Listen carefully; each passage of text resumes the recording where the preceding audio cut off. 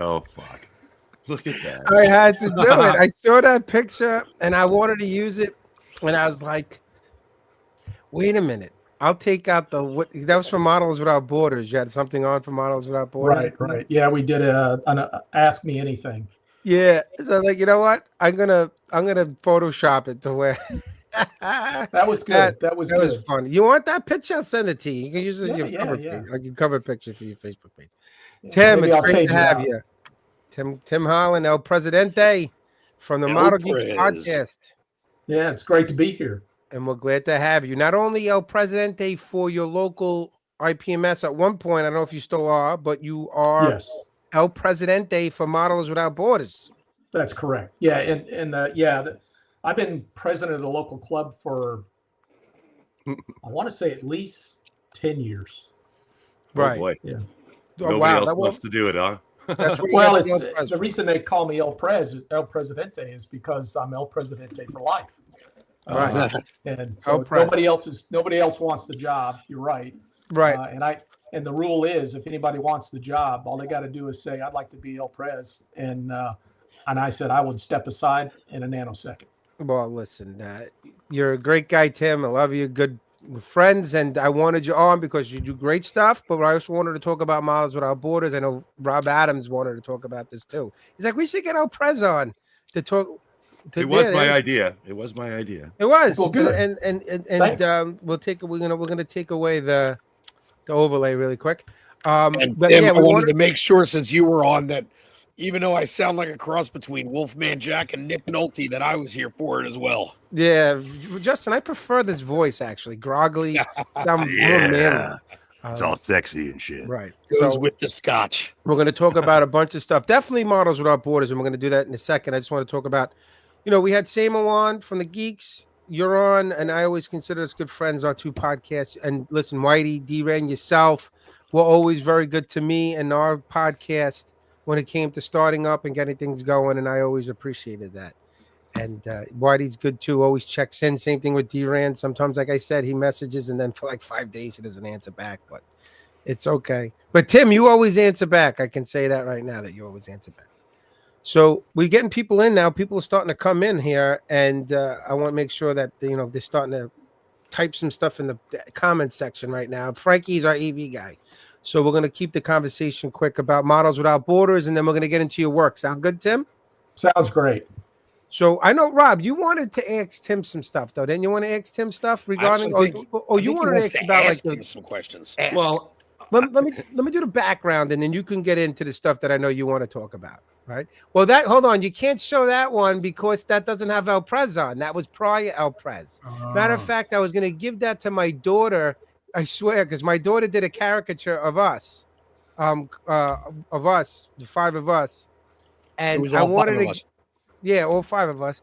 And I wanted to give my daughter that old Model Geek caricature and a picture of you, and I wanted her to add you to it, and I wanted to send it to you, actually, and see if the Geeks would reissue the old caricature logo back. I don't know. Do you think they'll do it if they added you to it?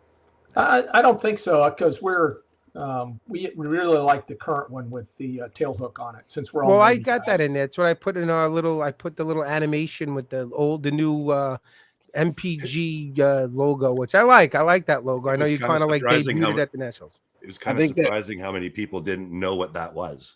I'm like, oh, the tail hook. It's an arrestor. Yeah, most folks thought it was a hockey stick. I'm like, it's an arrestor hook. Yeah, I think though that caricature one would look fantastic with Tim in the back with his arms extended, like he was El Prez and these were his minions. Well, listen, Models Without Borders. So, Tim, we're going to talk. I want to talk a little bit about that first, and then we're going to get into your work. We're going to kind of do a little differently for this show compared to some of the others where we kind of dove right into the work. I just want to talk about why Models Without Borders. I know you guys had talked about this on the podcast a little bit, but I thought it'd be cool to do it here. Why Models Without Borders? I know when it was in the works and when it was envisioned and it was being discussed, but like why? Like why did you guys feel like this was needed at this time? Well, there was a lot of things in the hobby that we as a group, the planning group, if you will, disagreed with, and how the direction the hobby was going at a personal level. And essentially we just, at some point we got, frankly, we got tired of bitching to each other about what was wrong. And it's like, hey guys, we got to do something. And either we knock this off and try to do change from within, or we just try to do something different.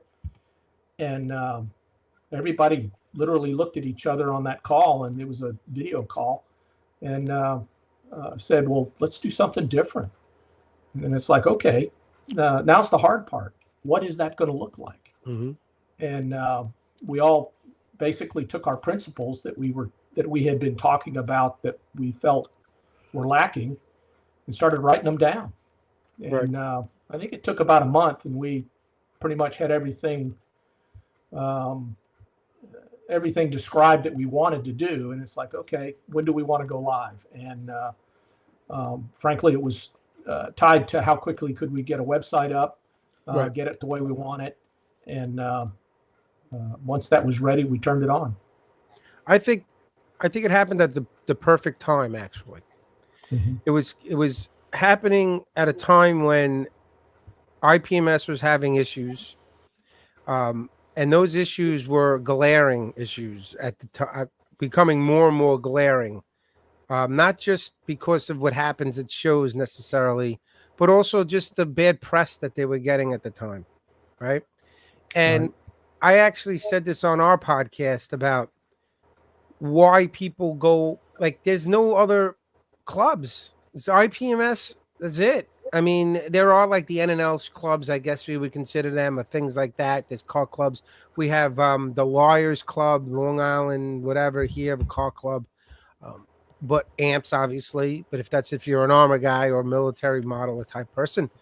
But aircraft guys and things like that, what you are, and your podcast is more mainly, that your group of guys, you, Whitey, Frildo, Samo, D-Ran, that's what you guys do. And it was just a perfect time to start this club. I think it needed to happen. Yeah. My vision of the club was to essentially mirror my local club. Mm-hmm. Our attitude was, hey, everybody bring a model if you want to bring it, and let's talk about it. Right. But the last thing we wanted to do was be disrespectful to each other and say something bad about a model. It was always about what did you like about it, and if there was something you didn't like about it, tell us about it. Right. And we welcome all models. I mean, we in our club we have Lego modelers, we have Gundam modelers, we have car modelers, ship modelers. I think we've got pretty much everything covered. Well, listen, maybe not doll houses. I don't think we have doll houses. There's one more thing, Robin, that I'm going to give it to you. You just got a great group of guys to help along this club. Big names in the hobby. Now, listen, I'm not offended that I wasn't asked to help, but it's okay. I have to be a part of it. I'm only kidding. Stan Spoon, Rob Booth. Yeah. Bruce up in Canada, right? Bruce is in Canada. Yep. John Bonani. These guys, a lot of support, a lot of names that can help things get going. D-Ran, obviously. Jeff Hearn, right? All these guys are involved. Scott Gentry was part of the group, yeah. Scott Gentry. These are guys that are going to help along this club. Goldfinch. Goldfinch. Yeah. Well, we try not to bring Goldfinch into too much of conversation because I got to pay him money every time I mention him now. He gave like a thing with me. But no, Dave Goldfinch as well. Like these are people who are going to be able to make that group get the start that it needs because it needs it. You know, it's sort of like why does all those extra? What are those new football, professional football like whatever you call it, don't work. Like when they make the USFL and they make these, the USFL and right, they don't work. It's a great concept and people love it, but it just doesn't get the traction. It winds up dying out. You need to keep the focus on that to allow that to keep growing so it can become the same as IPMS or bigger than IPMS. They probably got a better chance of getting off the ground than IPMS ever did because of technology nowadays too, right? Yeah. I mean, I don't know how long it took IPMS to get rolling since they opened their first chapter, but it couldn't have been overnight, certainly. Not back in 1960, whatever, when it was a snail 64, mail. I think it was. Yeah. I mean, how long did it take people to find out that Lincoln got shot? It took like days, right? I guess how long did it know that? No, I'm not trying to be I'm joking. Back in when did IPMS start? 1960 something? 1964 is when IPMS 64. started. In 65, we had chapters in there. Well, 64, Right. we had a Canadian and a U.S. chapter. Right. So it was it was word of mouth and it was mail. But originated in England, right? Yeah. Yes. Yeah. Okay. Right. So I think it's great, Tim. I think you guys got something going. Yeah. Well, one of the things that, and I'll share with everybody out there that I'm frustrated with, and everybody on the board is frustrated with, is how quickly we're moving.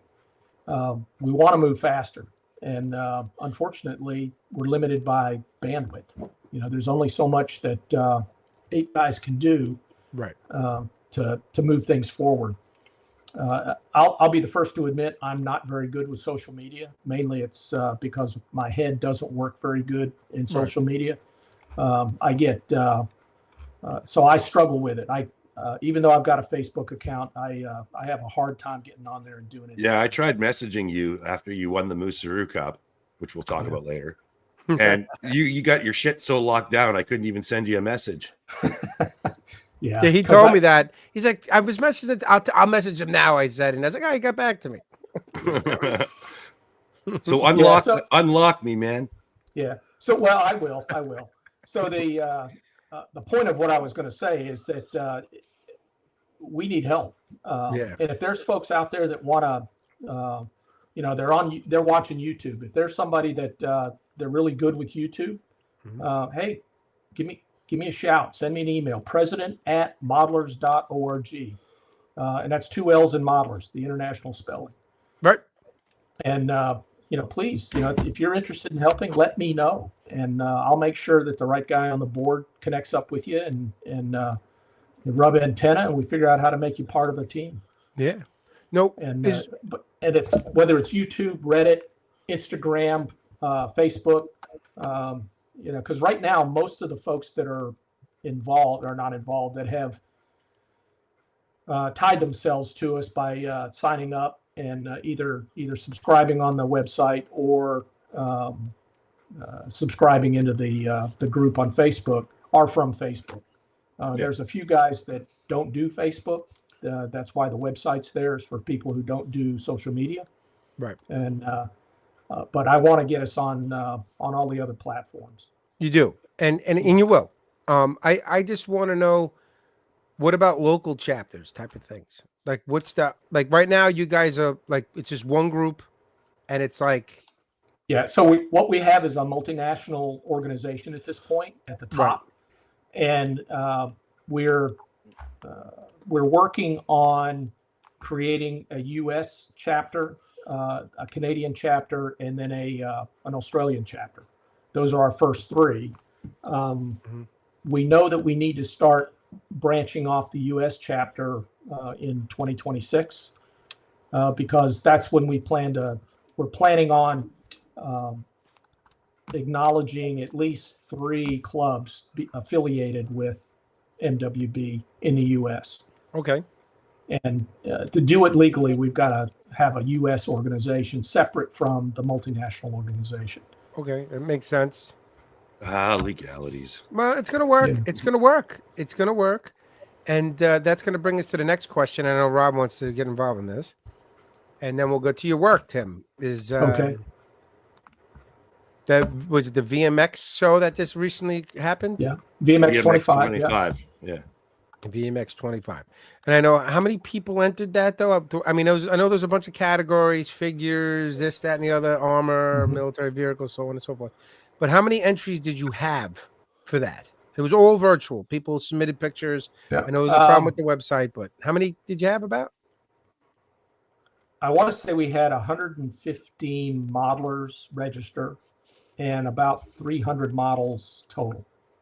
Okay. Yeah. That's not bad for the first time. No. And we did this for two reasons. One, we wanted to do something different, so we decided to do a virtual show, if you will, a virtual exhibition.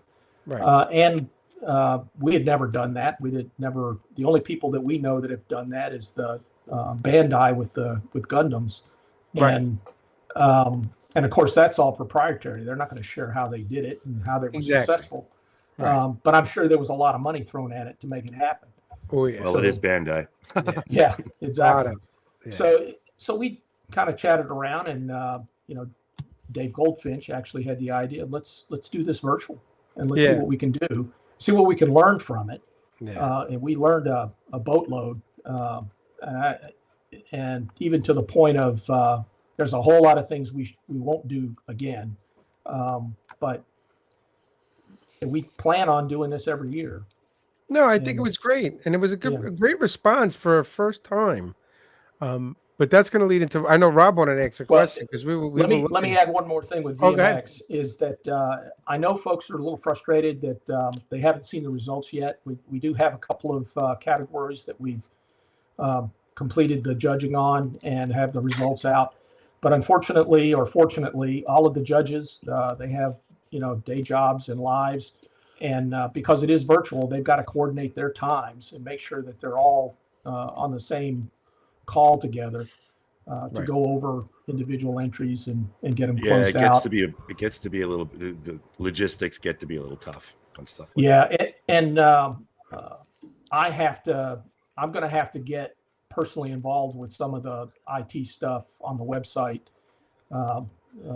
in order to set it up so that when somebody's announced as a gold, silver, or bronze winner, they need that it appropriately has appropriate graphics to go with it. Cool. So, do you think it would be better to release all of them at once rather than just trickling them, or was that ever discussed? Our original plan was to release them all at once, and and we finally said, you know what, we need to start as each category is completed. Let's get it out there. Okay, makes sense. But one thing that we talked about was the judging was a little rough. There wasn't a lot of golds given out so far. There's only I haven't seen any golds. Only one. I saw one recently. Oh. I think it was for something. But out of the last first 5 of them, there was mostly just bronzes and silvers and stuff. High standards you guys are giving for work, huh? It is, and it's and we do base the standard is tiered, right? So there's I think it's beginner, intermediate, and advanced are the 3 tiers, and the rubric is something that we wanted to test as part of this, see how it works. Basically, just increases the level that the standard is higher for each one, of course. Right. And fortunately or unfortunately, most folks said that they were either intermediate or advanced. They probably, if somebody was put themselves in the advanced category, if they put themselves in intermediate, they probably would have gotten a gold.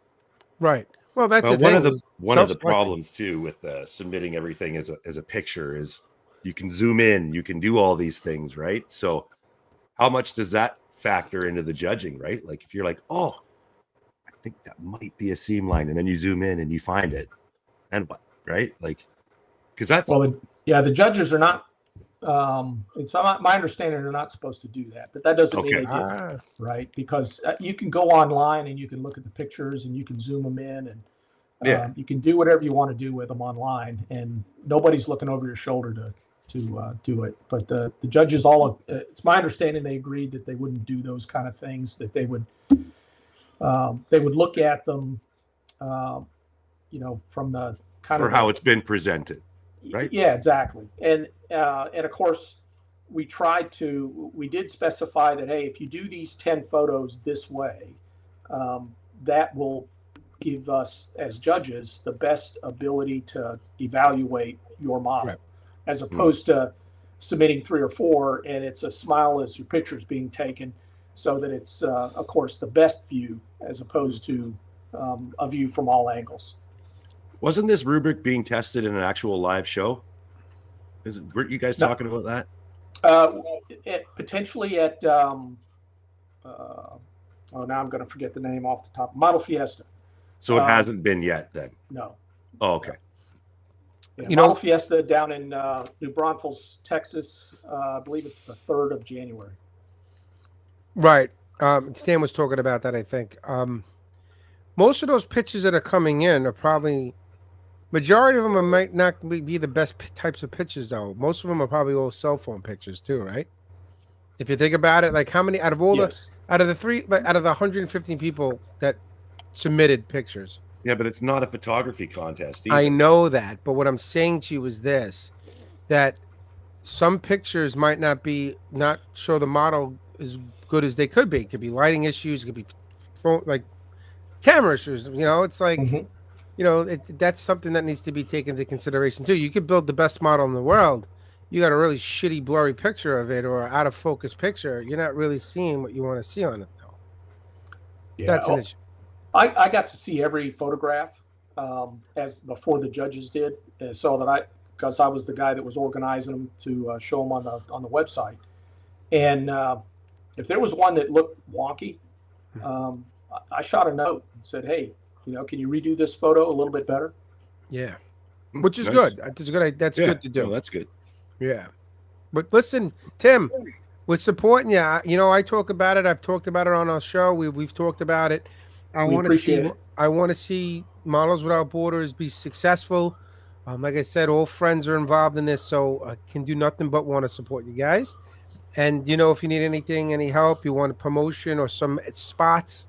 I know when you guys were doing started or right before the VMX show, Dave did a little ad spot for it. Yeah, little jingle. Yeah.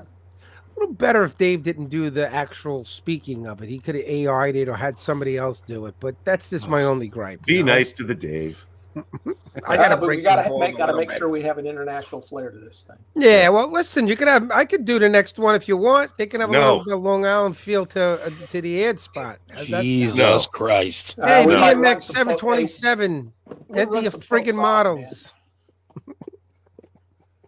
I'm breaking your chops. So this is what we're gonna do. We're gonna start looking at Tim's work. And do we want to save the Mooseroo for the end, or do we want to start off with it? That's what we're doing. We're saving it to the end or starting off with it? No. The end. We're going to do the Mooseroo at the end. All right.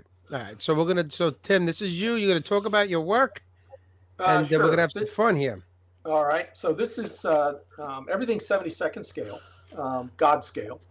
And this is the Sword F3D Sky Knight.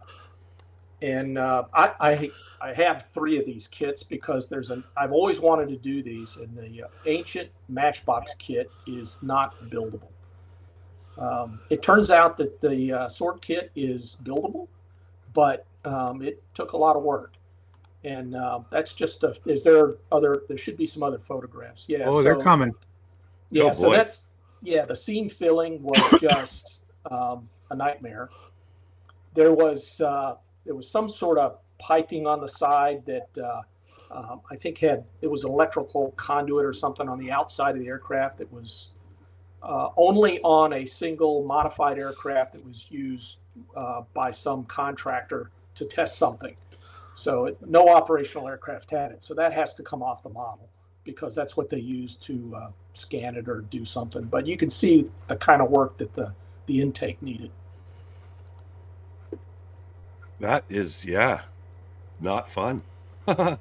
Yeah. So you're a lot not of work, you're man. not A a lot of work. proponent of the Life's Too Short for Shitty Kits guy?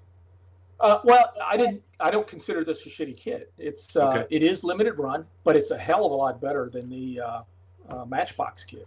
The Matchbox kit is, in my opinion, not buildable. So I included this one because it was after the previous one with it, and I was decaling it, and unfortunately, I moved something on my desk while I was waiting for a decal to soak, and the model somehow jumped off my workbench and landed on the floor, and it hit the floor nose first, and split it right to the cockpit, and so I had to basically redo the nose. The good news is all the decals, none of them were affected, and it got cleaned up. But yeah, that was I enjoyed building that kit. It was a lot of fun, even though it was a bit of work. That's just showing you some of the seams and how they. That's that conduit. I found out the conduit was not supposed to be on there after I had built the model. Oh, So wow. Okay. Yeah, so I had to clear that off, and this is before decals. But yeah, it was just the wing seam because it needed a lot of work. And so did you paint it straight black, or did you do any sort of or gray or whatever to make it not black? Yeah. So yes, the answer is yes. Oh, there. Look at that.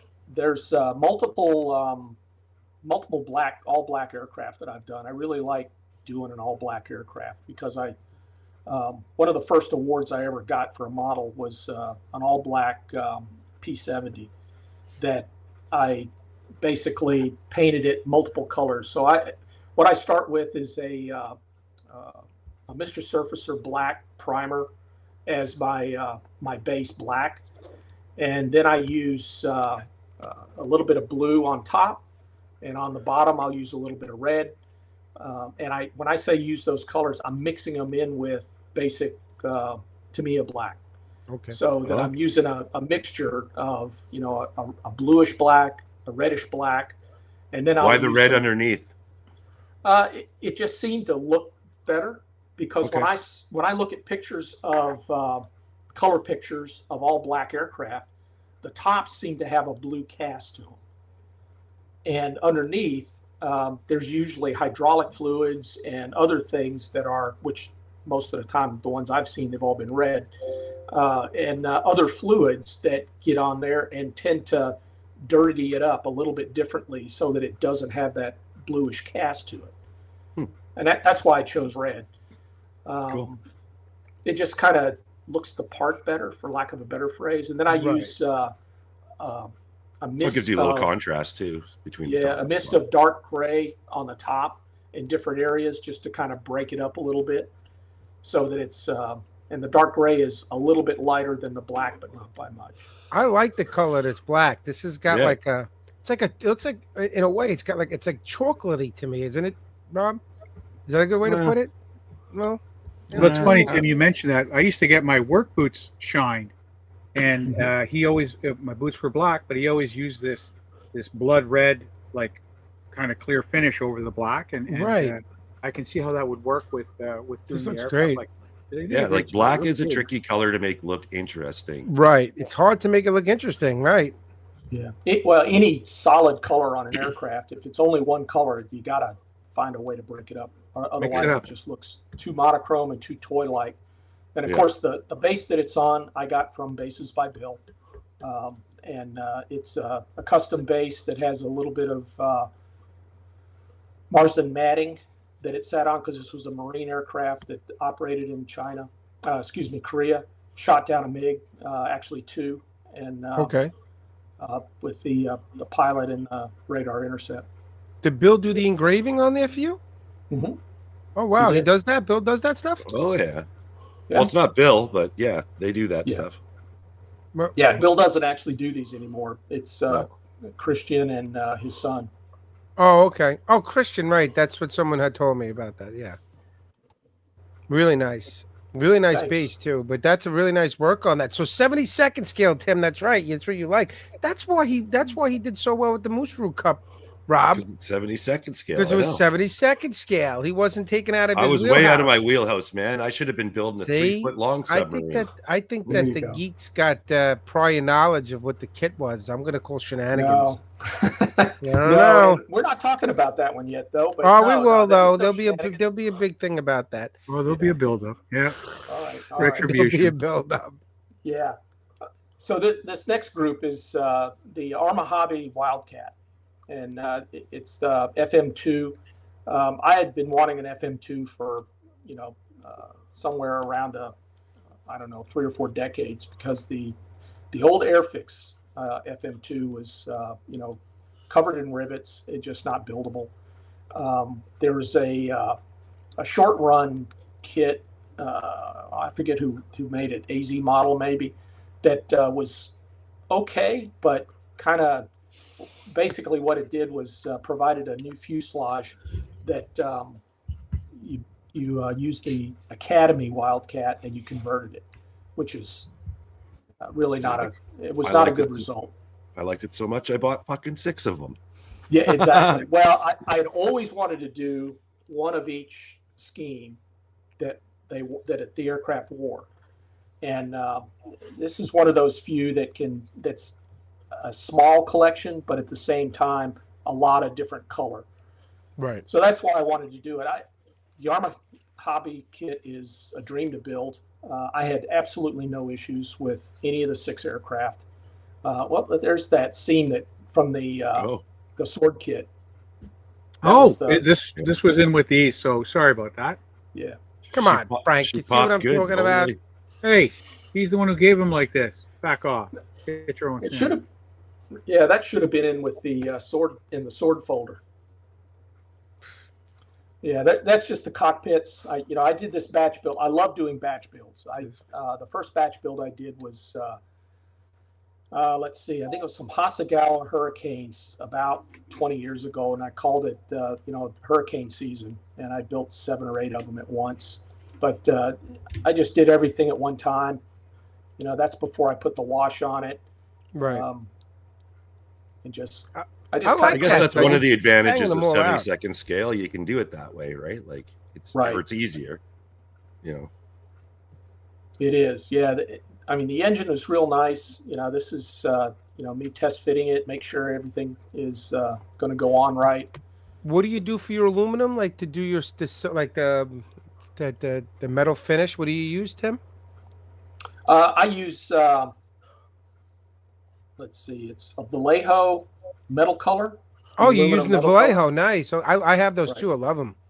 Yeah, and what I do is I just put them in, and then I painted the push rod covers black, and then I put a black wash over the aluminum color. Perfect. I will admit that a well done 72nd scale kit, I'm like, wow. Well, I'm going to be doing that 0 for the turkey shoot, which I'm looking forward to. So I love this, how you got this set up like this, Tim, doing all these things at the same. This is great. It's a factory, man. Like a factory. You can see in the back. Yeah, you can see in the back. I pre-mix my colors so that I'm ready to use them when I need to use them. And they're pre-thinned as well, so I just drop them use the droppers, put it in my color cup, and shoot it real quick. Yeah, no, this is great. Got it all set. That's organizational skills right there, Rob. Something you don't possess. Have you seen my shop? It's pretty organized, man.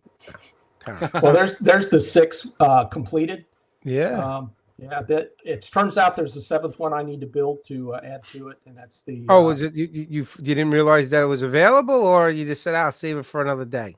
No, it wasn't available at the time. Oh, okay. They released it. I want to say about a year later, and it's the one in all yellow.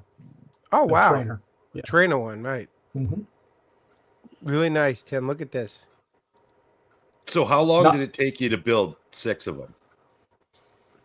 If I remember right, it took me a couple of months.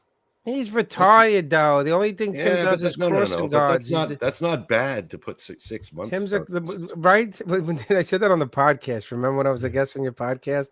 Yeah. And I was like, I can see Tim yelling at everybody at the crossing when he's with the crossing guard at the school. Fuck. Poor Tim. He's got a lot of time on his hand, Rob. He's retired. I bet you he wasn't retired. I bet you he wasn't retired when he did this batch, though. Yes, I was. Fuck. Let me take it back. I may have done these pre-COVID, so I was still working. Yeah. Thanks for ruining the joke, Tim. It's okay. I ruined the joke? No, you do great stuff. Listen, I'm trying to motivate Rob. This guy's been right, Justin? He's been can't get this guy motivated lately. What the hell is happening? This guy can't even talk. It's great. He's drinking scotch to try to fix his voice a little bit. What are we looking at here, Tim? What do we got here? These are 2 Spitfires. Now, these are not 72nd scale. I stand corrected. These are actually in 48 because it's part of the D-Day build. Let's see. It was a group build for Nats up in Madison. Right. And yeah, so it was the D-Day build. And I decided I was going to do 2 Spitfires. I did a Mark V. That's the Mark V in U.S. Navy markings, actually. That was a U.S. Navy squadron that flew Spitfires. They were spotters over the battleships and over the Normandy beachhead. Okay. So they found out that their biplanes wouldn't last too long against any German opposition. So they gave them Spitfires to at least fight back a little bit. Nice hard edge on that, too. Yeah, what's your paint? What paint are you using for that, though, Tim? What's the paint? Tamiya. Go back to that, Frankie. Yeah, that would be Tamiya. Now, a lot of that is my own mixes. But it's all Tamiya, though. But you're making your colors, but you're using Tamiya. That's correct. And you're using their acrylics, any lacquers, or it's all their acrylic line? I haven't really started using their lacquers until this year. It's the first time I've really started getting into their lacquers. Prior to that, I used their silver lacquer, and that was it. Mm-hmm. But if you mix it with MLT, it's freaking lacquer paint anyways, really. Yeah, exactly. It could.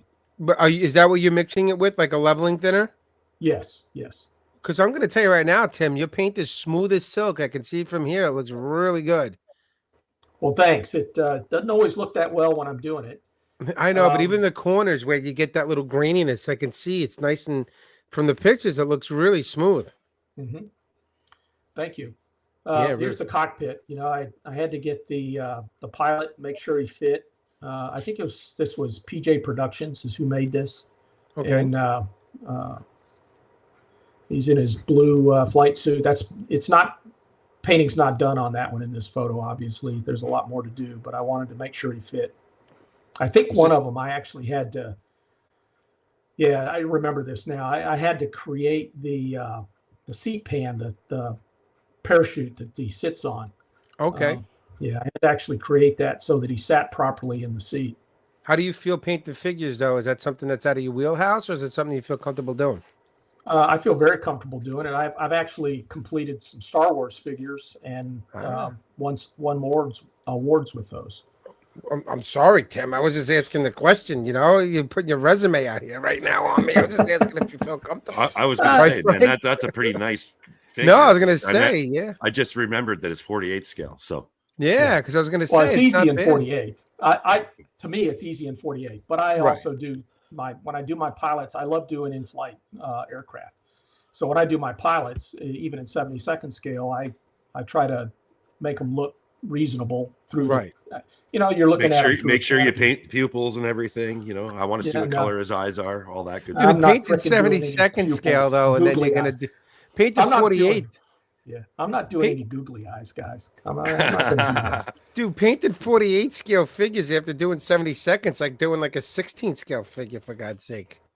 Yeah, it felt big, and I struggled with the 48 scale kits because I'm used to seeing almost no detail in 72nd scale and having very little to work with. And then I get into 48 scale and I go, all this space, there's a whole lot of stuff missing that I need to put in there because it should be visible. Well, we're doing the turkey shoot. We do the turkey shoot in Thanksgiving. And I always try to do something that's out of my wheelhouse, and I'm doing a 70-second scale. To me, is 0 for the turkey shoot. And haven't built a plane in a long time, and I sure as hell haven't built a 70-second plane in my life. And I bought the kit, and I even said to Rob, I'm like, Rob, it's like a sprue and a half in this kit. That's all. Yeah. It's like a sprue and a half. I was like, I can't believe how little parts there are in this kit. And Well, you're right. You're gonna find with that Tamiya 0 that it is almost the perfect kit. Yeah, I tried. Almost. What do you think I bought it? Because I didn't want to be struggling. Oh, that's what I told you. Last year, I tried to do a ramen truck, and it was in the garbage within 2 hours of us starting the turkey shoot. So I don't want to go through that again and get ridiculed by all the degenerates that are listening in the chat that want to just rip me apart because I couldn't build a kit. Look at Justin laughing. I got ripped apart last year. Oof. It went for days, even after the turkey shoot. People gave me a hard time. But I know that it's probably difficult to add a lot of that detail to those kits. Well, not difficult, but time consuming, right? It can be, yeah. The nice thing about putting a pilot in a 48 scale cockpit is that it hides a lot of stuff that's not there. Right. Now, I like putting my airplanes on sticks whenever I can. And, I like that you want to do it in flight because I like a plane in flight. Like when people do it in flight, I think it just looks great. That's a natural way of things, right? Blurred props are always. You build a tank, you put it in the mud or whatever, in some sort of pose. Well, an airplane is supposed to be in flight. I like that better. I do like that.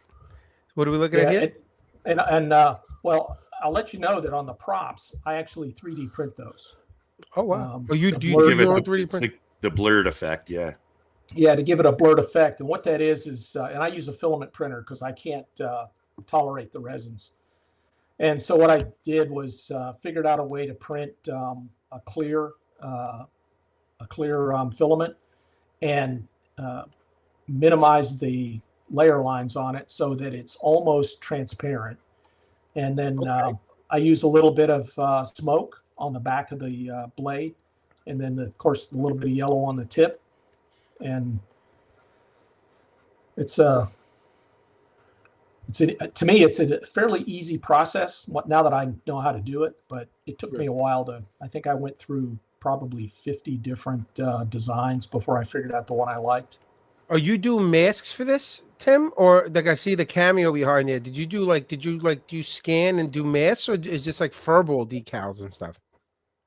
For the markings? Yeah, for the markings, right. Oh yeah, those are just decals. Now the kit ones, or do you get like this? I know Furball is a big sponsor for you guys. Does he make decals for you for this and stuff? No, he did not make these for me. I think they're a mix of Eduard and Hasegawa. Okay, and how'd they lay down? Good, no issues? I didn't have any issues with them. The Eduard ones were the new ones where you peel off the carrier film, and it was the first time I'd ever come across those, and it actually worked pretty well. What do you mean by peel off carrier film? I'm not familiar with it. Did you need to use the mineral spirits? Yes and no. What I did was I put a little bit on there, and then I if I remember right, I used a toothpick just to and I just grazed it. I didn't put any pressure on it. I just let it kind of slide across the decal until I saw the carrier film start to come up, and then I just took fine-nosed tweezers and just peeled it off. What do you mean by carrier film? The new Edward decals are printed like backwards. You can't tell me you haven't heard of this. This is like years old technology. Yeah. No, I don't know what you're talking about. So when you put your decal down, the ink is not on top of the carrier film like normal. It's underneath. Oh, it's like a dry transfer, like a transfer? No, you don't scrub it or anything. Sort of, yes, but you don't scrub it. Yeah, but you don't. Oh, but it's like a transfer, and then you put it down, and then you peel it off. Yeah. Yes. Okay, now I understand. I didn't know that they did that. So. Yeah, and you apply it like a normal decal. You wet it, put it on with different film, the different fluids, that kind of thing. And when you peel the carrier film off, it looks like it's painted on. I didn't realize you were doing that. Did they do that for armor? There's armor ones like that? I have no idea. It's Edward. I don't think they do armor, but I gotta call that guy. All right. That looks great. They look Yeah. fantastic. These And the bases are also 3D printed. I designed, it's just a matter of that's three different. In this case, it's three different concentric rings and a dot in the center, and I just snap them together. And of course, the white one, my printer is set up so that I can. At least it used to be set up so that I could change the color, and it'll print the black lettering on top. Oh, wow. That's raised. This is a great presentation here, Tim. This is really good. That's something that you, even with your Musaru cup, but I know I haven't gotten to it yet, but you do present your models really well. Well, thank you. And that's kind of that's leading up to the Musaru. It's all about presentation, right? All about presentation. I'm going to tell you right now, presentations, a big deal at shows. It's how you present it, and you do a really good job. I'm really impressed with that. I might have to lean on you a little bit. Get some advice on a presentation. Rob, you should too. You really need it. This is the Academy PBY. I believe it's a PBY 2, if I remember correct. Wow, this is such an interesting looking plane. Yeah, so most people see the PBY, they think of either the 5 or the 5A, which has the big bulbous observation areas blisters, on the aft fuselage. The earlier ones didn't. They just had a hatch that would slide back. And stick your head out, check and make sure everything's okay. Will do. Yeah, well, there was a 50 cal back there that they would use for defense. And of course, this is pre-war, in the pre-war Yellow Wing scheme, which I've always wanted to do. I built this one as part of the Detail and Scale PBY book. Is one of the review builds. And okay, nice. Yeah, and this is the finished product, and I of course used detail and scale references to make sure that I got all of the markings and colors right. And one of the things that's wrong with the Academy kit is the engine nacelles are too small. Okay. And most folks would say, well, then just wrap it with some, I think, 30 thou card, plastic card, and that's about the right, and then sand to shape, and that's about the right size. Red Roo actually makes a correction for the nacelles, and that's what I did was I cut the old nacelles off. That's what you see in the background there, and that white block is something I printed that is an alignment block, so that if you look at the front, the firewall, it's got those tabs. I just hold that in there with it in while the glue sets, and of course it's using a mixture of. I initially used some super glue just to get it to the right place, and then I put some epoxy in to make sure that it all stayed in the right place. Hold on a minute. Well, you're definitely getting good use out of your printer for practical things too, right? So. Well, yeah, I bought the printer to do modeling things with it, not to be a 3D printer. That's a separate hobby altogether, and I don't do that. Another error with the Academy kit is the hatch is the wrong size and in the wrong place. And so on the left there is the original location, and on the right is the corrected location. Oh, wow. And you had to fill in the wrong one with what you cut out on the right side? Is that what you did? That's exactly what I did. Oh, wow. And you had to blend it in and rescribe anything? Yes. And the nice thing is that it was all done on existing panel lines. So it was easy to do the rescribing part. However, if you look carefully at the photograph, there's rivets there. Yeah, I can see it. And there's a bunch of recessed rivets on this kit. And what I had to do was go through and add all those rivets back, because this kit is based on the PBY5 kit. So it has the blisters on the back. And basically what they did was they modified the mold in some way, shape, or form. And so what it does is it produces the hatches. However, they're all smooth and there's no rivets. But of course they had rivets. So I had to put all those back. And I'm not a rivet kind of guy. I usually don't do that. But it was too noticeable on this. Yeah, well, it's a silver aircraft. So, it's going to be real visible that it's just smooth as opposed to riveted. Of course, this is what I did on the interior. Oh my God. Oh wow, look at that, huh? Yeah. So the walkway and the two bulkheads are what you get in the kit. And the PBY 4, 3, 2, and 1 were all different than the PBY 5. But what they give you in the kit is a PBY 5 interior. So I scratch built the ribs and the stringers. I 3D printed the platform for the gunner, and the honey pot that's in the back there is scratch built out of some plastic tube. Wow, look at this. The honey pot. So is that like Yeah. the toilet? Yeah, the toilet. Okay. The toilet. I've never heard that term before. So. And the pieces that are kind of sticking out from the ribs, that's where the gun goes when it's Now, is this stowed. going to be all covered up? Are you going to be able to see this? There should be a photograph that shows that, but yeah, Okay. it turns out you can't see very much of it at all. I was going to say all that. Well, you took pictures of it, so you'll always know it's there. That's right. That's Brag the book. beauty of the technology we have. Rag today. book. Now, what is this? A 3D printed one next, as opposed to the kit one or something?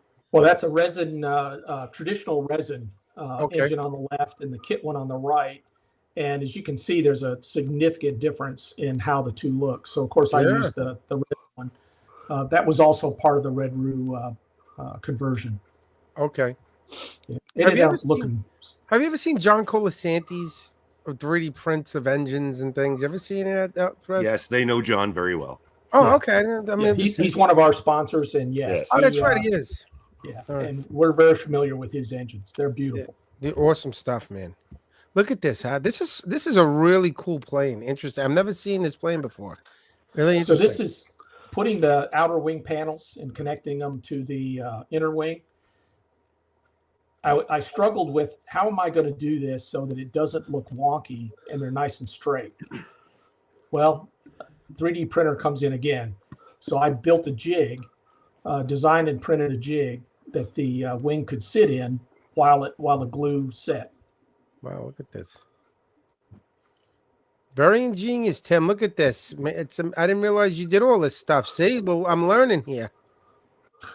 Well, I even have a Cameo, one of those cutters, and I Right. use that to make hatches and doors for a ship I built once. Okay, you can do it on that too, huh? Oh yeah, and so What, you it'll can see it'll cut styrene? oh yeah, fins. It's Okay. got to be pretty thin though. Yeah. You can see there you can't see really anything in the hatches. So if you try to look back where the honey pot is, by the time you get far enough forward to be able to see it, the wing is The wing's in the way. So the only thing you can really see is just looking vertically straight down. Okay. This is a really cool plane. Well, you could get a dentist mirror and shit. We could get really right into it. Yeah. Yeah. Now, This is all of my the- ignorance. What was this plane used for? Though, what was this plane used for? it was a patrol bomber. So what it did was it would be one of the planes that would be sent out on and this is how they were used during the war. It would be sent out in a fan pattern. So it would go out on one bearing to its extreme range, turn either right or left, and then go a certain distance, and then come back on another bearing back home looking for enemy ships. Okay. Now, And they would also carry bombs and torpedoes, so they could do attacks with them. Have you- The famous Black Cats operated out of the Southwest Pacific, I think initially from Guadalcanal and also from some of the other island bases there. And they were used pretty extensively to attack Japanese shipping. have you entered any of this at any shows at all? Yes, let's see, trying to remember which ones. I think the Wildcats were entered as a collection. I believe they got an award at some show. I forget which one now off the top of my head. I'd have to go look at my notes. The PBY has not been entered. Excuse me. Has not been entered. I don't think I will, simply because it is Published. It's pretty spindly on those legs, and I don't want to damage it Okay. by moving it around. And it's published, right? And it's published. Yeah, that's Ah. good enough for me. Really nice on this, Tim. Really nice. Yeah, everything's painted except for the national markings. So the red, white, and blue star and center dot. Those are decals. Those are from Yellowing, so Yellowing sheet, and then everything else is painted. Well, they would be a pain in the ass to paint the markings. I mean, it's always a nice challenge painting the markings, though. When you got concentrical shit, it makes it very difficult. Right. It's Scott will tell you it's easy, but I have yet. Everything's easy to him, that guy. Yeah. Everything's easy to that guy. But you do it in reverse, right? Like even Kev Green said. So you'd probably paint the red first, put your dot down. No. Then I do the white first. In this case, probably yes, but still, how do you center the dot perfectly in the star? I guess it has a hole cut for it. Yeah, you have to. Well, generally, what you do is you have the what's the word I'm looking for? When you do your mask, it has all of the different pieces, and when you lay one down, you start by laying them all down. And so when you paint the white star, you'll generally, of course, it'll all be there, but you'll put your mask on it. And I mean, you start with white. There's no mask at all, right? So the next thing you do is you put down your masks and you put it over the star where you want it, right? And then you peel up the red piece, shoot the red, and then when it dries, you put the red mask back down, and then you peel up the part that's blue, and you paint the blue, and then you put the yellow and everything else on there. And Bob's your uncle. Bob's your uncle. That's what I know, Justin. I muted you because I heard you were breathing pretty heavy into the microphone. I thought Deep Throat was back there. I thought I was listening to some sex phone thing. The way you were breathing into the microphone, you're muted right now. Now you're unmuted. Yeah, I'm fading fast tonight, man. I can bet with all of that, that caramel colored liquid you're drinking. There's still a lot left. I'm hearing like this humming, this breathing. I'm like, where is this coming from? So Tim was talking, and I'm looking at the microphones in the background, and I can see where it's coming from, and I see yours faintly coming on, and it's you breathing through. You're like a mouth breather. Well, you're muted right now. This is great stuff, Tim. This is an excellent build. Excellent build this was. And Joe, our buddy Joe, Fighting Joe, was on here, and he said, you may not see it, but it's there, and it's true. It's there. That's right. And Frankie Blanton is chiming in here too. He was saying what a gorgeous build it was. Frankie Blanton. Thanks. So, Thanks, what's Frank. the wingspan? What's the wingspan on this thing in 72nd scale? Just because the PBY is a fairly sizable aircraft. Yeah, so it's a little over 100 feet in the on the real thing. So divide that by 72. What is that? Foot and a half? Not a foot and a half. Yeah, maybe a foot, a little less than a foot and a half. Well, it's big still in 72nd. Pretty big. Yeah, it's pretty big. Yeah, it is a big. It is one of the biggest models I've got. Okay, really nice. Justin, Justin, we're live right now. Ugh. Oh my God! Shake and bake, baby. Shake and there bake. he is. He's showing it. Yeah. Is that the same kit? No, This is the 5. Oh, yeah, okay. That's Airfix, so Airfix. it's going to be a different kit. Yeah, they have a tendency to spawn, Tim? Oh, look That's at this. That's right. Well, whose is that, Frankie? Academy. That's the Yeah, Catalina. yeah. That's the Black Cat. Now this is the question. Now this is 72nd scale. They make it in 48 scale, Frank? Yes. Ravel has a 48. Do they Ravel They has make it in 48 32nd scale. I was going to ask, do they make it in 32nd scale? I don't know. I'm not That's a a big 30-second one, though, scale right? guy, If it- so- If but this that is would a be huge. foot, if this is a foot, a little over a foot wide in 72nd and 32nd massive. scale, that's a big plane. Be pretty big. Yeah, that's tough Yeah, to get on the big. order of what part of your garage are you going to hang it in. Right. I mean, that's big. That's a big project. So I'm actually going to throw this into the option pile for the turkey shoot. That's might a do pretty that for big the turkey, undertaking by really? the looks of it. Is that the Why not? 72nd scale too? Is it 72nd? Yeah, 72 scale. Oh, nice. And by the way, guys, PBY 5A Catalina by HPH Models in 1/32nd scale. Model. How There we much go. is it? A lot. Nobody's got it for sale right now, according to Scale. Yeah. Mix. Oh, but it's coming out. Is it a month's pay? I think is how much it costs. Big, man. It's a Yeah. big 2013 kit, so it's a mortgage payment. This is really cool. This is an interesting vehicle. The way the engines are up top on the wing like that and stuff. How it's up. I think it's very interesting. Well, it can land in the water like a boat. Right. That's what it looks Right? like. Yeah. Yeah, That's why flag it's boat. like that, right? Is that why the engines are up there so it can land in the water, right? Yeah. That's correct. Yeah, They were also keep 'em up used for high. water rescues too, weren't they? Yes, they were. Oh, you know what? The way you did the Mooseru Cup, how nice you did the water, you should have this sucker landing in water. I do have. I've actually got kits. I think I've got another 5 or 6. He likes them. He likes them in I batches. got about of 5 10. or 6 of these suckers. Yeah, and the one of them is going to be in flight, taking off from the water. Ah, Nice. you know what? You'd probably pull it off really well too. Yeah, we'll see. I've got it. I've kind of got it. The approach for how I would do it. But I've got to. There's a number of things I got to do. One, I got to find crew, and then I've got to figure out which one of the variants, because I've got one of each variant, and I got to decide which one I want to do taking off. Okay. You know, I- Tim, I also you do- got that assembly line system. So what if you did them all? I've thought about it, but Yeah, and you that's a lot of- make your base so you can just pick whatever one you want and drop it in there. Yeah, well, yeah, that's one way to do it. The problem is that every one of them has to have the cell mod. Yeah. So that adds a lot of time and work, and it turned out to be, as I was building this one, it's like, yeah, I'll do these one at a time. I'm not going to do them as a group. How long did you do this? Retired, How long you ago got did you do this? How long? How long ago did you do it?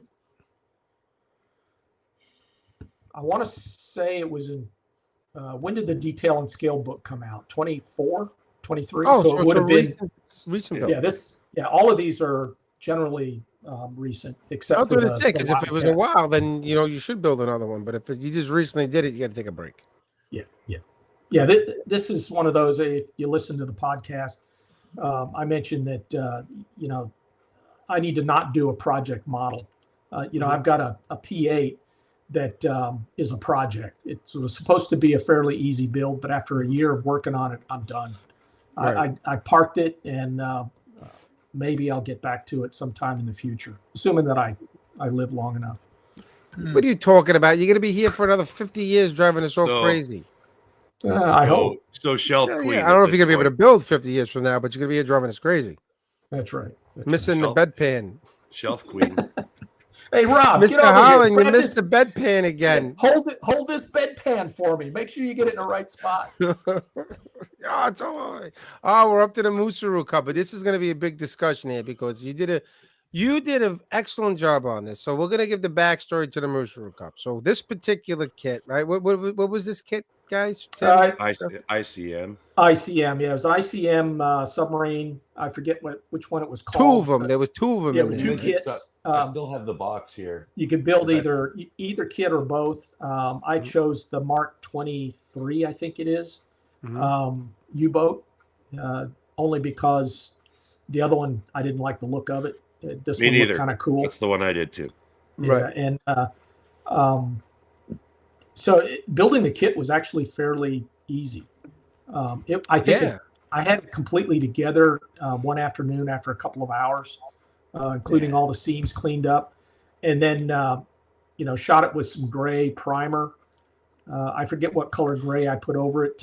I may have just left it in gray primer for all I know, but I painted it in some sort of gray, and then spent a little time on the torpedoes and a few other things. And one of the things I know is that because I did spend a lot of time in the Navy, is that ships that are out in the ocean, they rust. Right. And so I basically went through and I looked at it real close and I said, now where are the places am I going to see rust? Well, there's the lift hooks because that's going to get worn. It's going to expose metal. I know the scuppers typically, because a lot of water collects there, they tend to get a little bit of extra rust. Of course, this is a really zoomed in photograph, so it shows some of the warts that are on there. But Yeah, but Yeah, this is small too. Yeah. but that's the approach I took to the weathering. was Right, so- to streak it in the right direction. This Musuru Cup was unlike this year's where each podcast. So let's just give a backstory. So the Musuru Cup, Yeah. was started by Stuart Clark, who was in Canada, and Dave Goldfinch, who was in Australia. That's why it's called the Musuru Cup, right? Is that am I right about Yeah, that? you're Correct. 100% right. Musuru and kangaroo moose, whatever. Yeah, And moose now- kangaroo. Right. So now with all the podcasts, I think some other people that aren't on podcasters, maybe it's some other people. Or No, the it's only First podcast. podcasters. It's so only all the only podcasts have an opportunity to participate in the Mushu Cup, and this was last year's where everybody was sent the same kit, unlike this year where everybody was given a different car kit to do, whatever. But the Slightly same different, theme. I Same think all the kit. previous years, everybody got the same kit. This is the first year they've deviated. I think it happened one other time. They said, right? Was there one other time? Maybe I don't when think so. before No, our time being no. participating in. No, it's always been the same kit for everyone. All right. So this is the first year where it isn't. It's the same manufacturer, but different kits. They're all Aoshima. Aoshima. Yeah, AHMA. Oof, terrible models. They're good models. Really? They own Oshima fucking ramen truck that I was. Oh, I'm cursing. Sorry, YouTube. Was that emotion? That wasn't an Aoshima kit? Yeah, it was horrible, man. Oof, please. Maybe it was a repopped fucking something, MPC man. from back It in the was day. Terrible. So anyway, so Tim did an amazing. The way you presented this model, I saw this in person first at MosquitoCon. Right. After the Musru Cup, and then I think you brought this back just for display only to amps, right? Yeah. Which Yes. That's where I saw I'm it. glad you did because it was really good to see there. Yeah. So let's And look at we're going to look at some of these are like in progress where you were trying to figure out what you were going to do, but Right. we're going to talk about how you presented it, and it was great. So what do you Yeah, got going on over here? Yeah, so this is obviously the base. Like I said before, I'd completed the model, and what I did was I had to figure out how is this thing going to fit in my base, and I already had a vision for how I wanted it to look. It was based on a painting that I had seen 40 something years ago, but the painting was there were guys in the water, and a rescue aircraft was coming around and banking around to come pick them up, and that always stuck with me. So when I saw the model and I started reading when I saw the model, the first thing I thought of was, yeah, I'm going to do it like that. And then of course when I read the instruction, then it said, well, it has to be in a diorama or vignette. I'm like, oh well, yeah, definitely, I got to do it this way. So I already knew, I had a vision in my head of what I wanted it to look like. And so what I did was I took a piece of styrofoam. I figured out what size it needed to be on the base, which you can see all the way underneath. This is the second version of the base. The first version is underneath it, which I ended up throwing away. And I think there was actually an earlier version so I think this was the third iteration. But I basically created the waves. And of course, the wave that was closest to the viewer was biggest. The next one in was a little bit smaller. The one after that was significantly smaller. And then, of course, I was trying to create a forced perspective. And that's why this thing was as good as it was. Yeah, and I threw this one in here, this photograph. That was my reference for what the ocean should look like. So what did you use to make the just the basic wave, not the big waves, but the basic texture of the water? So everything was painted a dark blue first, right? But what was the base material? Did you use tin foil or? Well, no, I had the styrofoam, and then I had the sculpting mold, whatever that stuff's called. Sculpting mold or something? Yeah, some sort. It was room temperature. It would cure at room temperature. Oh, okay. Yeah, I think I know what you're talking about. Yeah, and then over that I put a gel compound that is an artist gel compound. Let's see, what's this stuff called? Gloss gel, and it's made by Well, I don't know who it's made by. I can't see it, and my eyes are not good enough. But it's an acrylic. I'm a great builder. I can't see though. I can't read. Well, I usually wear cheaters, right? I've got my No, I'm Optivisor. almost a number 10 on my Optivisors. Yeah, so it's but anyway, it's just a gloss gel, and It's an artist. It's like an artist gel, right, Rob? It is, like an yeah, acrylic gel, probably. It looks Yeah, like yeah. you know that glue that you did when you were in kindergarten. where it Yeah. was a Well, paste Rob was and- eating the glue. Let's look what's Yeah, well, happened. so to is him. I. Oh, yeah. It's but it's like that, and it dries clear. So what I would do Mm-hmm. is I would apply that, and then I would use a spatula that I have, and I would just an artist spatula, and I would Look at just that. touch it and then lift it, and it would create these little waves. Right. Look at that. It's Tim. I mean, then- Those guys were not having a good time in that submarine, though. yeah, they were definitely vomiting everywhere. Fuck me, man. Well, yeah, that was that they shouldn't have been on the surface. So it was. So the idea was is that and the nice thing is when it dries and cures, it cures clear. So the depth of the blue underneath is where you get your you get depth to it. So well, you can see almost see like drops coming off the waves and Dude, stuff too. It Put gives- up that reference of the freaking sea that that Tim used, and then look at that. Look at that, and then go back to the picture with the sun. You're gonna tell me that that's not a spot on fucking ocean picture? Sorry for cursing, Tim. Well, it's a rough ocean picture, but yeah. Whatever. I'm just saying, it's like you nailed it on this thing. You nailed it. Well, I mean, thanks. look at you nailed that. But and that's not even the forced perspective yet. That's just you, the Right. base. That you nailed the water. Thanks. You And nailed it. because I also build 1/700 ships, and I use the same technique for those, but of course the waves are not anywhere near as big Right. when you're doing a battleship or a carrier that's in 700 scale. And of course the Halifax bomber in the back is 1/700, and it was meant to be a GR, General Reconnaissance, which was used to hunt submarines. This is spot on. And like I said, I've seen this in person. So what about the big frothy areas? Look at that. Is that cotton or? No, it was white paint, and then more, and then I haven't actually shared the secret yet, but a little bit. So it was white paint, and then a little bit more of the gel, but only a really thin layer of the gel. And then once that had all cured, I covered the whole thing with future floor wax, because that cures to almost a mirror water. It looks like water when it cures. Mm-hmm. Wow. And look at that. Then That's there's the moon. There's the moon. There's in the back forced now. perspective where you got like the little light coming in through the hole to make it look like the moon with the plane in front of it. So when you look at do you have a picture that's further back with the box that you built for this? I don't know if you sent but that. it's not very good. All right, And- so I'm just trying to give people perspective.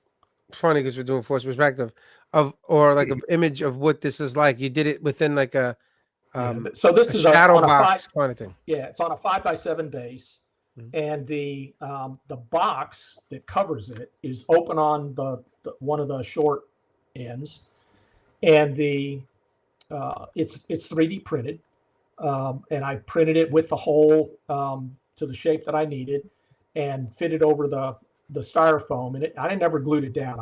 I lifted it up for somebody at IPMS Nats. Oh, to you could show take 'em. the top off.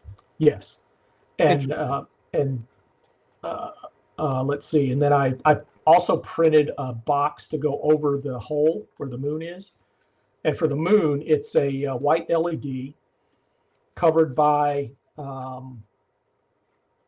let's see, and behind that is a piece of aluminum foil that's been crumpled a little bit, and then in front of that is a piece of paper towel that's also been crumpled, because you can't see it in the photograph, but if you look at it with your eye, the human eye, you can it actually looks like the face of the moon. Nice. You got some texture in there. And Yeah, exactly. It's an excellent job. And very disappointed that you won, but happy all the same. I thought Rob you. Adams had a very great effort with the cracking, grabbing the submarine. I thought that was the I thought it was shoe-in. pretty cool. I did too until Stuart Clark's obviously stole the freaking the idea. And I don't even have it There here. it is. I don't even That's have it it. here to show you I'm because joking, Stuart. If you're listening, you know I'm joking. That is what it looked like right Yeah, there. so- That's what it Yeah, looked that's like. the view from a little bit of a distance. You can just see the outline of the box on the base.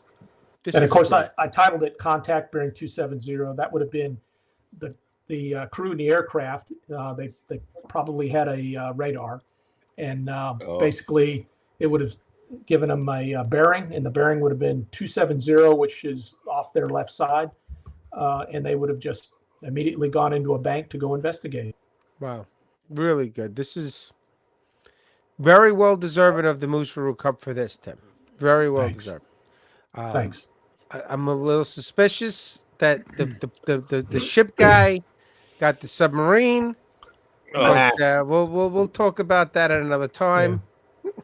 This was kind of, I mean, frankly, this was a perfect model for me because Yeah. it was one of, the only thing better would have been if I'd gotten the P-51 a couple years later or earlier, Right. because it's something that's in my wheelhouse. Now, I'd never done a submarine. I'd never done a shadow box. Never done forced perspective. This is all new. same as me, man. I was like, once it. Oh, Yeah, there's Rob. There you that, go. that was Rob Adams right there. Rob, you did a Yeah. great job on it. That was Rob That Adams. was- that And cool. Rob Adams, who gave you the Kraken? That's Who right. gave you the Justin, Kraken? Justin gave me the Kraken. You know what? And then you know what you But you should can see where I've like there's parts being torn off the back end, right? And they're wrapped around the tentacles and shit. Yep. This was a Submarines great laying job. there.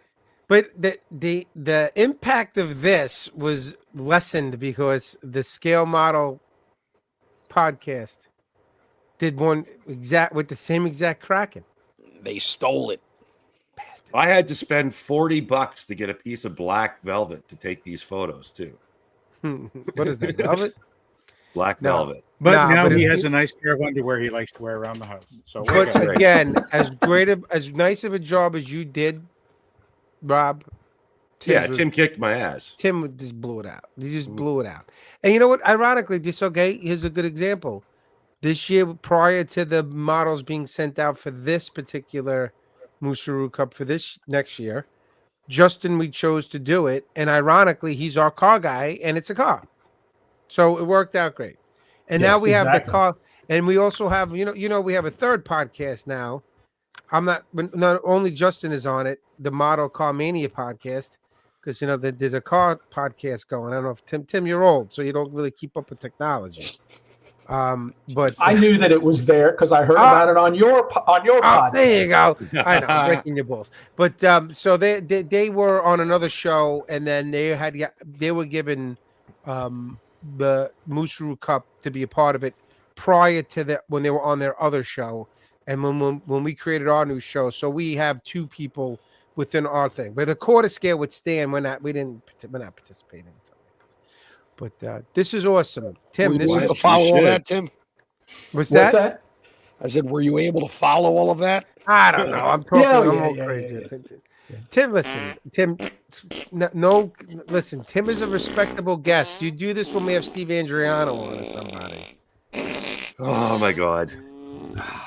It's Frank. not me. It's not Frank. me. All right. So, Tim, listen. You do fantastic stuff, Tim. I mean, really impressive stuff. Even with the Absolutely. 72nd scale aircraft is. You getting Thank you. very impressive. Are you the only does anybody else on the podcast also do 72nd? I mean, I know Samo does mostly 48 scale stuff, Yeah, right? Darren Samo occasionally does. Samo does mostly 32nd scale. Or Yeah. 32nd scale. It's all the same Yeah. shit to me. Yeah, Scott's a 32nd scale modeler. The other three guys are 48 scale. Okay.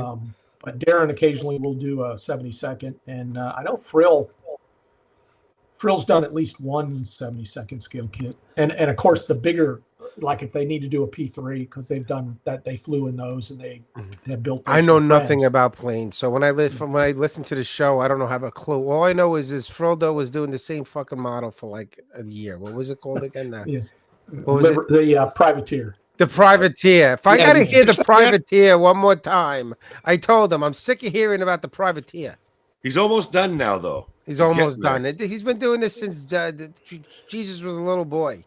He's been doing this for years. Sick of it. Yeah. I want to hear it. Well, it's a really is a project. No, I'm sure. I mean, listen, that And he's a really tall guy. When I first met him, I was like, holy fuck. I'm like, Andrew, where's Frodo? He was supposed to be here. And he's like, he's standing right behind you. And I turn around and I'm like, holy shit. He turns around, all he sees is this. Yeah, that's pretty much it. That was like my a bodyguard. There's Whitey in his bomber jacket, and there's Frodo all disheveled standing next to him, looking like he just got into a fight somewhere. Listen, you guys are a lot of fun. No, yes, Blanton, the Kraken is very good rum. I will agree with you. Sorry. Yeah. The Kraken's good rum. What's that? It's a brand of rum called the Kraken, and it's like 50%. So Frank Blanton called that out. Oh, okay. There you go. He said my model should be on the bottle. So that would be cool. So Tim, what do you got going now, though? What are you working on as we speak? Well, we've got the P47 challenge that we're doing for the club. Okay. And it's basically in January we're going to put a bunch of P47s down on the table, Thunderbolts, and doesn't matter the scale. And then each member of the club gets one vote. What's their favorite, Razorback or Bubble Top? Oh, you're doing that live, eh? Yeah, okay. yeah. So Rob, what's your favorite? Razorback. That good man. I know that there's a Razorback and a Bubble Top. I do know about that, though. I'm not pro either of them because everybody loves a good pair of jugs. That's right. And I'm a fan of both. But I prefer the Razorback, and so I'm building a couple. I've got a Bubble Top and a Razorback that I'm building. The Bubble Top will be in flight, and the Razorback's going to be on its wheels, but it's on a base. And I got all the materials to do the base up properly. I love that you do this stuff in flight, and you don't see that often.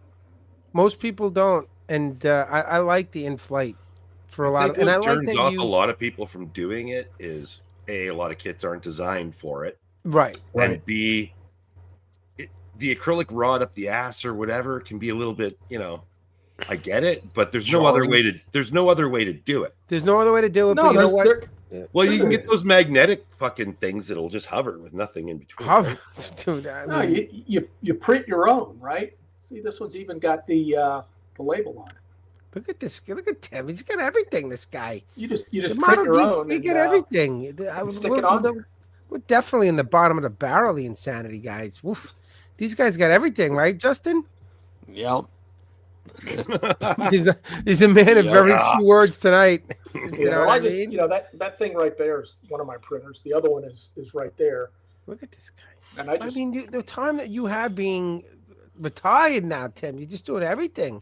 I'm going to send stuff to you to do for me. I'm surprised that the filament printers are that good now that you can print model parts and they don't look, you know what I mean?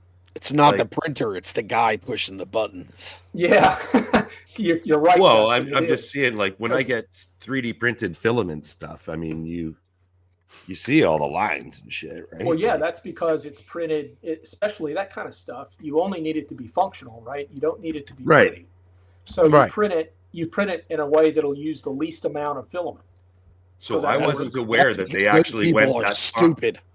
I wasn't aware that they actually went that fine. I thought that was kind of their limit, right? So well, yeah. So I can put a 0.2 millimeter nozzle on, and I think that's the smallest I've got, and I can get pretty high quality. This one is done at a 0.4, and it's not. It was just a test to make sure that I could do it the way I wanted it to do.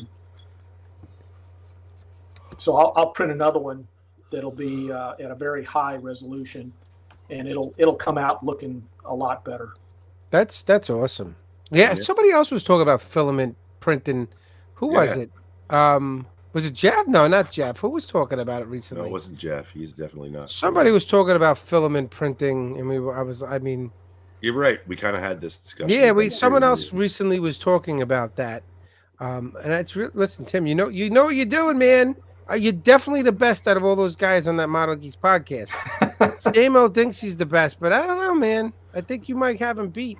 Samo's a good painter, but he's not the best builder. Sorry, Well, Scott.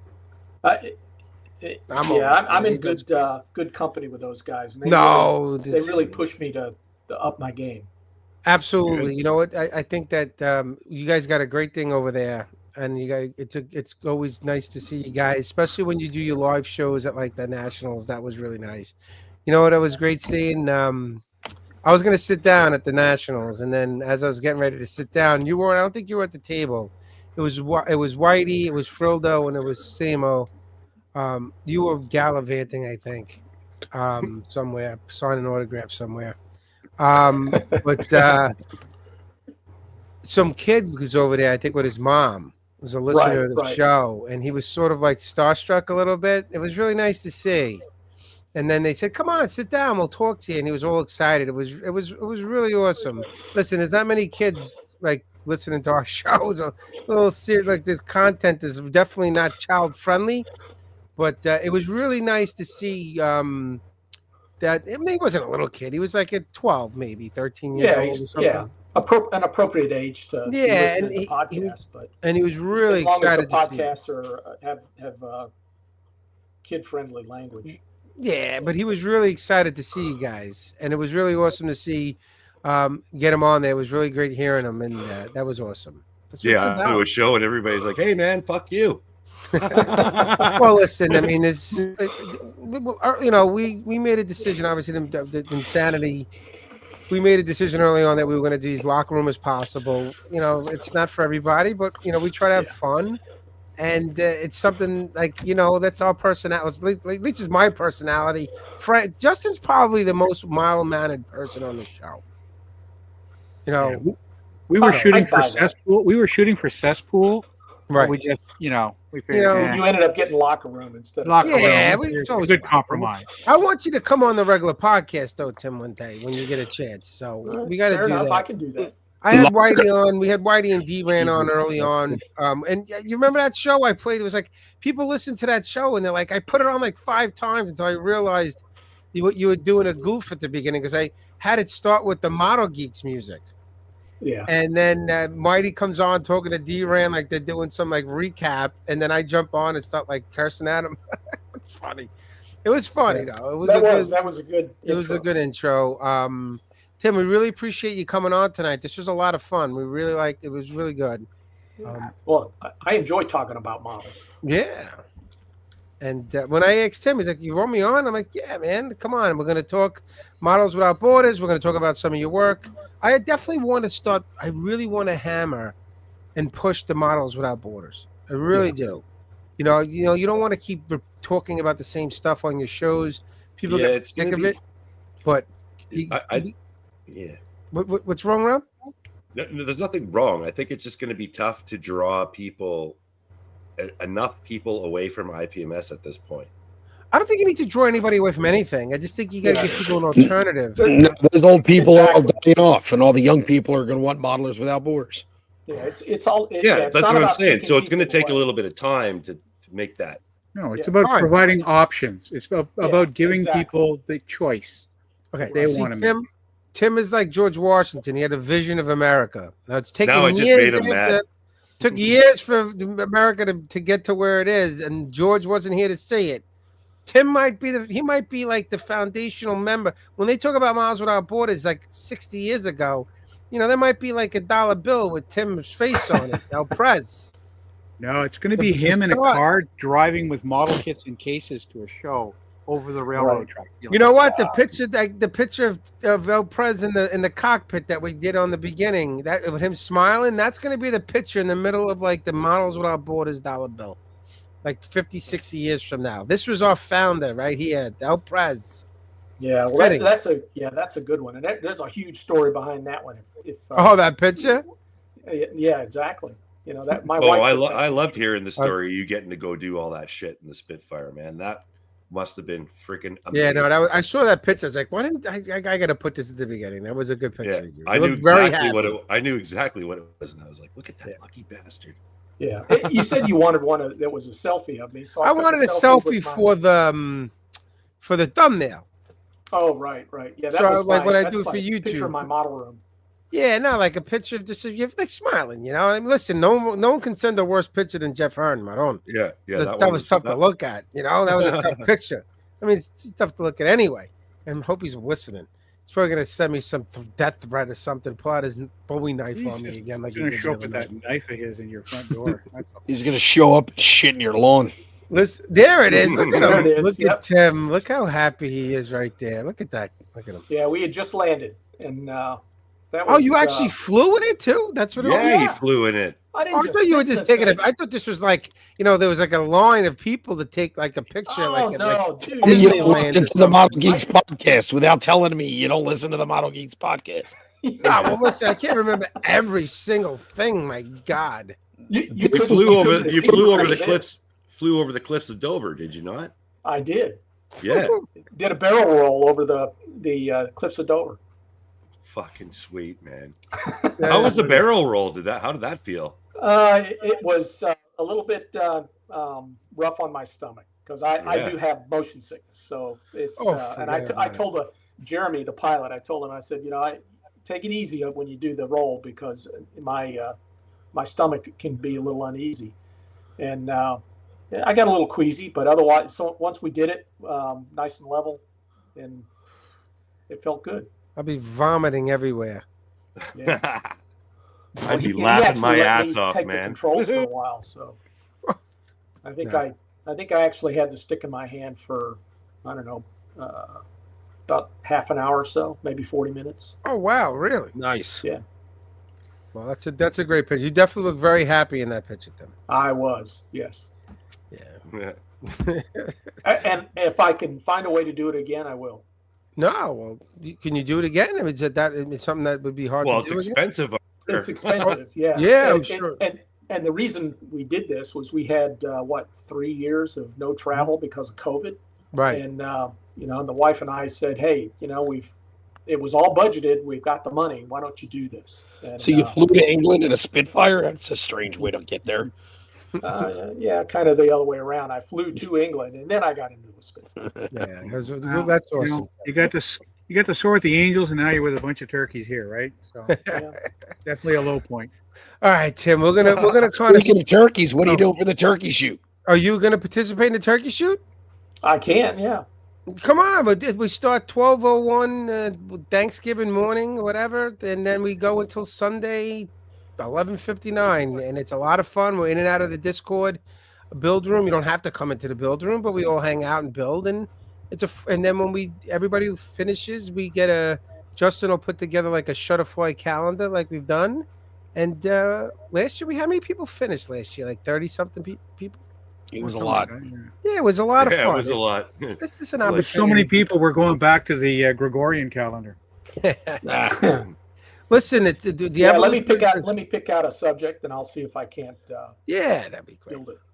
Appreciate it, Tim. So don't leave yet. We're gonna when we get off, we're gonna hang out back for like 2 minutes or 3 minutes. Remember, after the end credits, it always records for another 4 seconds or so. Fuck Rob yeah. Adams dropped a big F-bomb at the end of the last show. It was Well, funny. he's been dropping F-bombs already. Yeah, it's Yeah. all right. It's okay. But Tim, we really I do won't appreciate you I coming. won't do it this time. I won't do it. Like fuck Yeah. you, Will.